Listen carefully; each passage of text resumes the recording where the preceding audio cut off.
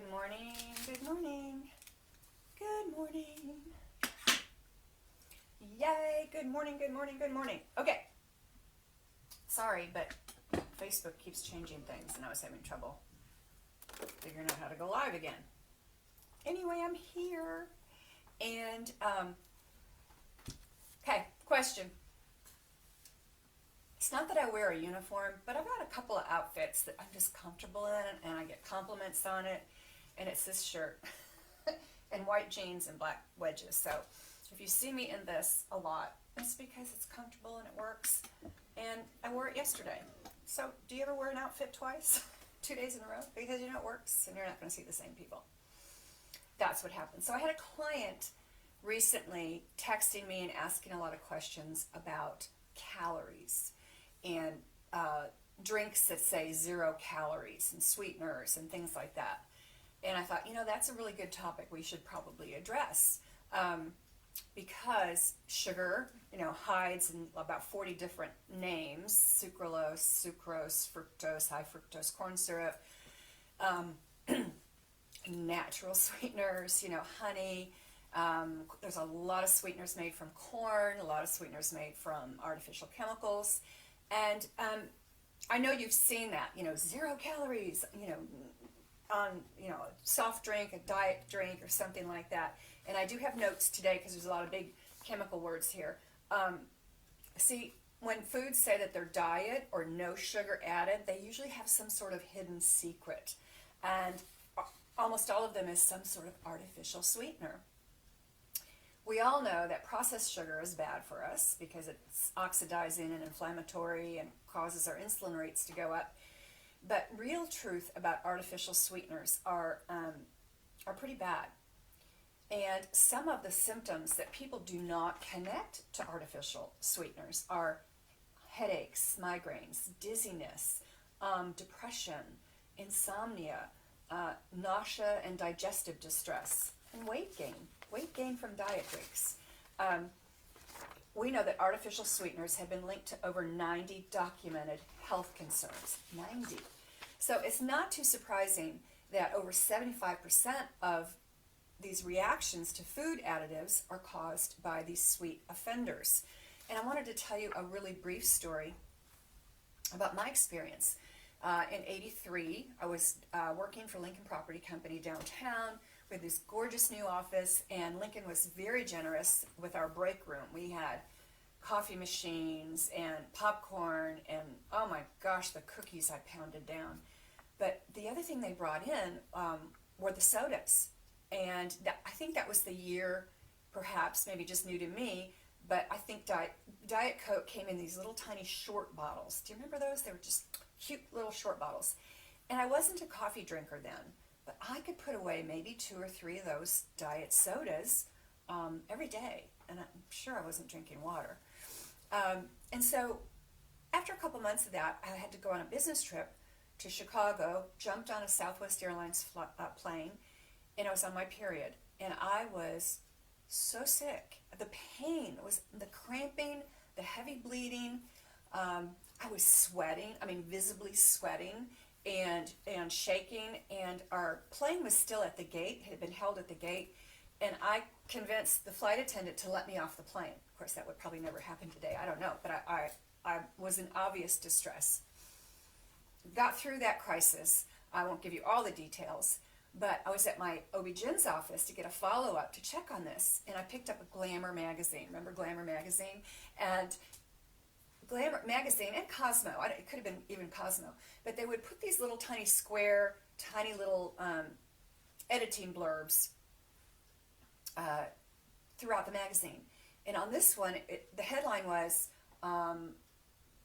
artificial sweeteners, aspartame, whatever, Diet Cokes linked to menstrual disruption, and menstrual problems, heavy bleeding, cramps, and headaches.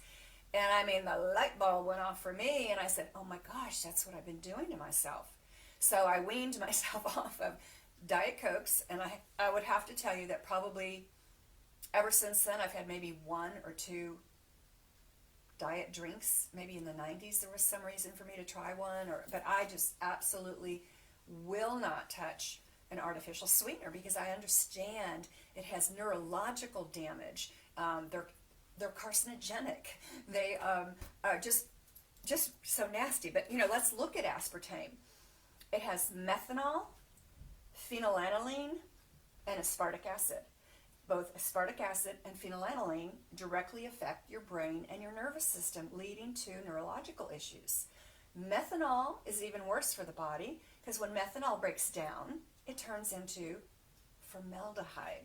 The stuff we used to keep our frogs in 7th grade for dissecting. Ooh!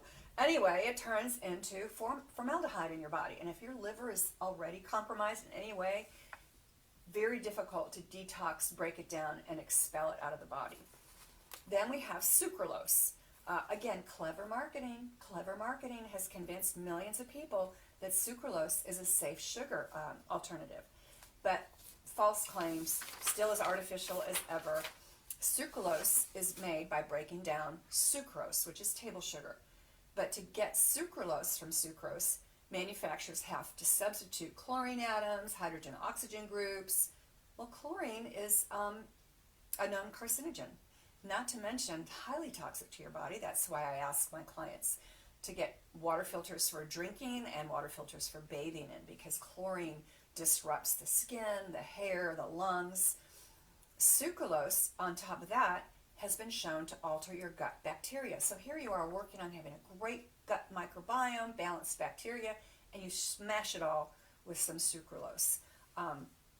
Some studies have shown that consumption of sucralose can lead to insulin and glucose intolerance, which is the precursor to diabetes.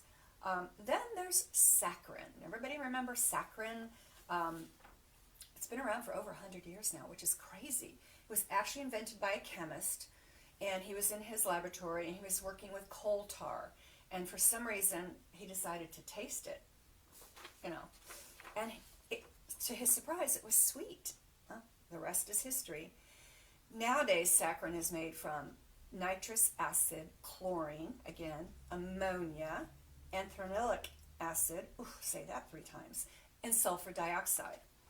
And in fact, in the 1900s, the director of chemistry at the USDA said saccharin was extremely injurious to health, and the FDA tried to ban it, but we know what happens. You've got food lobbyists, chemical lobbyists.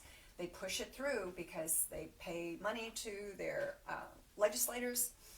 And so now it's found all over, saccharin, around the world on tables in restaurants. How on earth have we allowed these products to get into our food chain? It's really, really quite sad.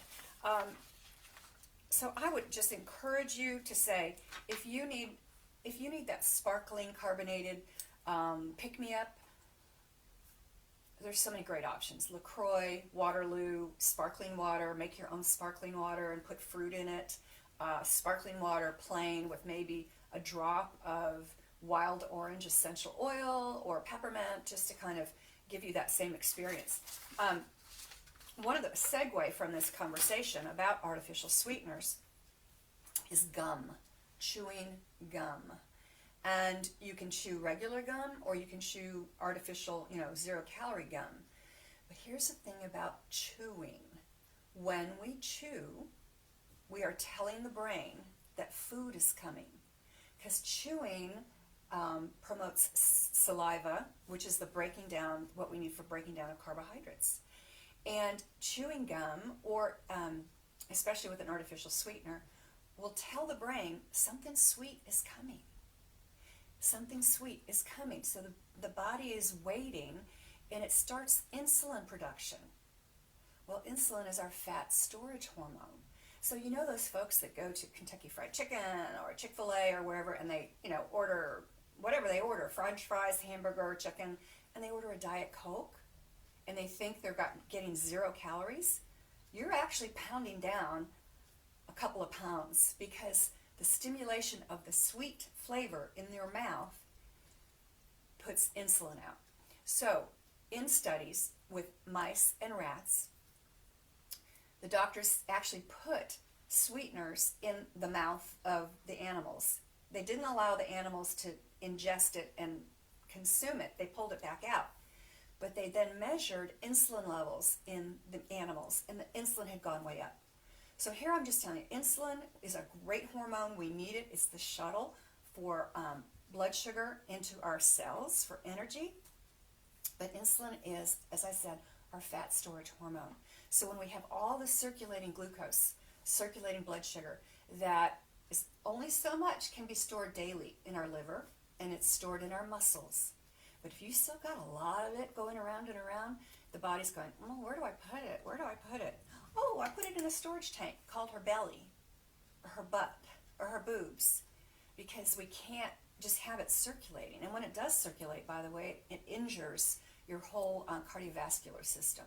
So artificial sweeteners, not good. If you see somebody putting a pink packet or a yellow packet or a blue packet in their tea, well, you know me, I'd smack it out of their hand.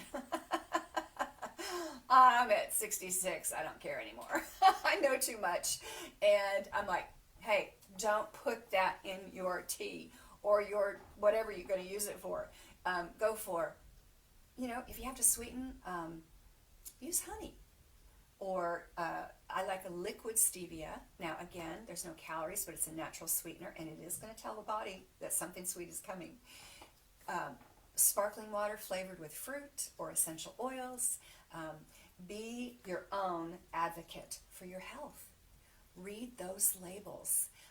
I'll look up somewhere here right after this and find a list of names that sugar hides under by, or other names that sugar is called, or sweeteners. But please, please, please, if you have an issue with saccharin, aspartame, sucralose, any of these new, I don't even like erythritol and some of the other alcohol sugars. I think it still damages the body.